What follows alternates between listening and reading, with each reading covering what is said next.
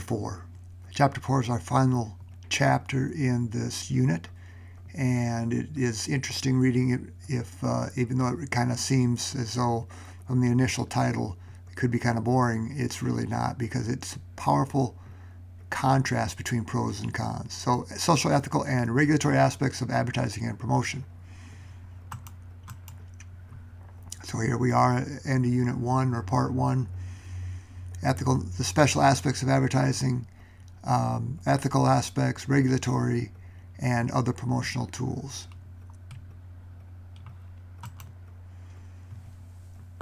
So what is it? So again, this chapter is great because it gives pros or pluses, or things that are desirable versus things that are kind of cons. You can think of it that way.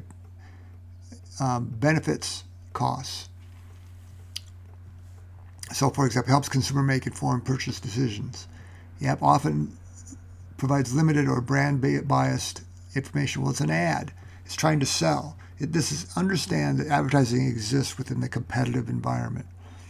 So it's not 100% factual. It might be, I take that back, it might not be 100% true. It could be fact in the way it's counted, but in the big picture, it might not be. That might be a question mark.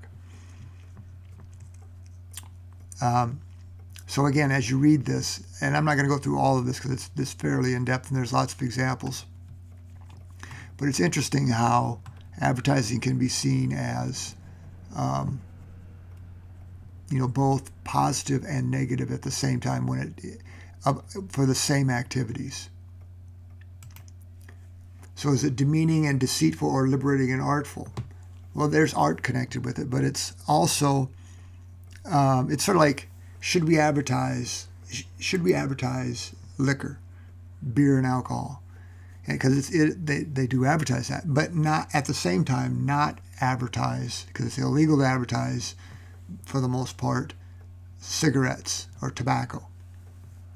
Well, which one does greater damage? Now that I don't know, but smoking a cigarette doesn't it doesn't cause you to drive poorly and get in fights and do all sorts of other things. It doesn't alter your perception of reality per se.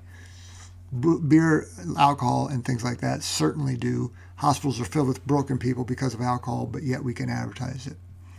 Okay, so there's no, as you read this, don't be frustrated by, well, what about this or what about that? They're just trying to give you a glimpse into this world in that it can become complicated. Demeaning, deceitful, or liberating, taste, or something that's tasteful, I would say, in good taste or bad taste. It's inherently subjective. It's not objective necessarily. And, so and the world's a big place and there's lots of viewpoints, but somebody has to make decisions in some shape, manner, or form.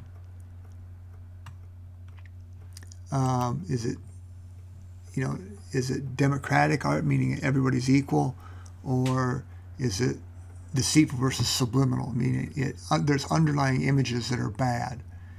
And again, it depends on your perspective. Here's the thing. I'll give you how I land on all this, or most of this, is you're a grown-up. If you're a child, it's different. If you're a grown-up, if you're 18 plus, you can ignore ads or take them to heart. They don't need to influence you unless you allow them to influence you. And that's sort of really what it ends up being for the most part. Pro, it's powerful, fosters a diverse and affordable mass media, certainly does that. Advertising affects programming. What you see are things that people want to see versus maybe you could say, do they need to see it? Well, who pays for it? That's how it ends up, at least in the United States for the most part. Who pays? Who has a vested interest in things? And I will grant you that not everybody sees advertising as what it is, which is selling. It's not fact necessarily. It's trying to sell you on an idea or a perspective. Okay, remember brands and reputation. Truth in advertising, there's laws and things like that. It can't be deceptive. Puffery is sort of like the selling thing.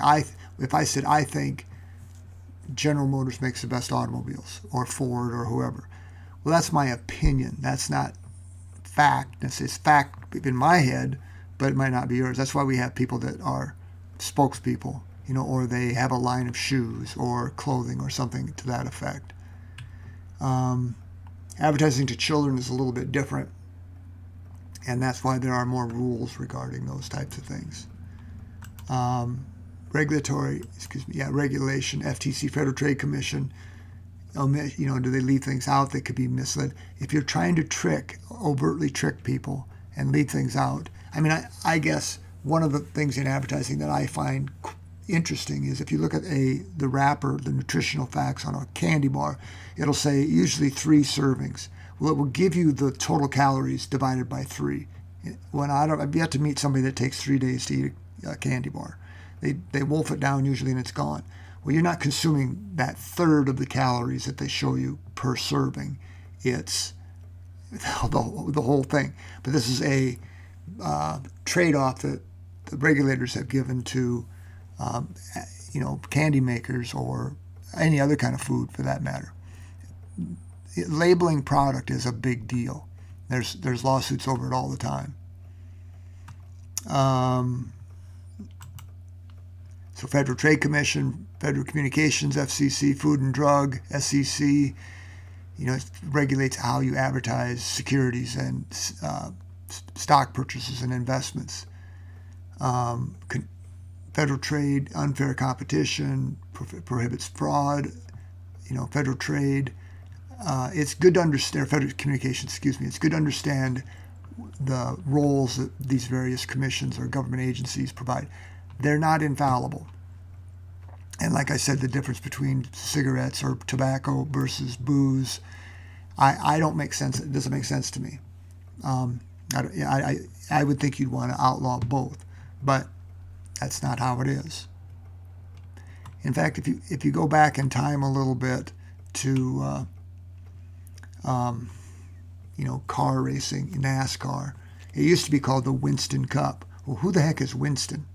Well, it was a cigarette brand. It was the reason NASCAR became so big was because it advertised to a great extent cigarettes, and the promoter was Winston brand, and now that's a thing of the past. Now I can't remember what it's called quite honestly. Nextel, I think. The regulation of other tools, behavioral targeting, sell online behavior patterns to advertisers. Privacy is subjective. We're willing to give up our privacy in order to get the targeting of advertising. Tracking you. You have that phone. It is tracking everything you say, everything you do. It can be turned on remotely. If you have a device like a Hey Google or I can't think of the other one, Amazon, Alexa, it's on all the time. It's a microphone in your house or wherever. It's recording everything you say. It's listening at all times, looking for things it can act upon.